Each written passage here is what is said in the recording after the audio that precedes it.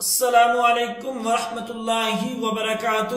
ناظرین، آج ہم آپ کے لیے ایک نیا واقعہ لے کر حاضر ہوئے ہیں جو کہ بہت ہی خوبصورت واقعہ ہے۔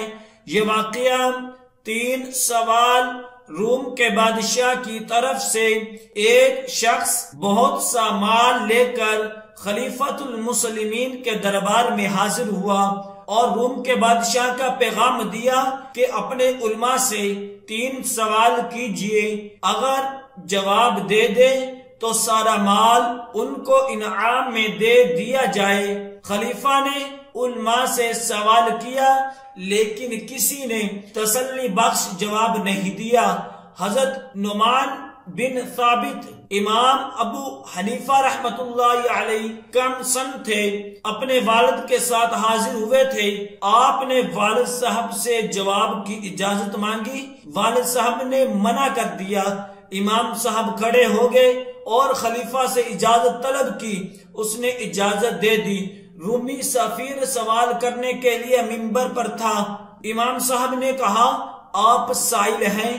اس نے کہا ہاں۔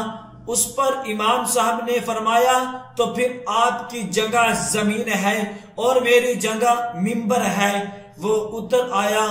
امام ابو حنیفہ منبر پر چڑھے اور فرمایا، سوال کرو۔ اس نے کہا، اللہ سے پہلے کیا چیز تھی؟ امام صاحب نے فرمایا، عدد جانتے ہو؟ اس نے کہا ہاں۔ امام صاحب نے فرمایا، 1 سے پہلے کیا ہے؟ رومی نے کہا 1 اول ہے، اس سے پہلے کچھ نہیں۔ امام صاحب نے فرمایا، جب واحد مجازی لفظی سے پہلے کچھ نہیں تو پھر واحد حقیقی سے قبل کیسے کوئی ہو سکتا ہے؟ رومی نے دوسرا سوال کیا، اللہ کا رخ کس طرف ہے؟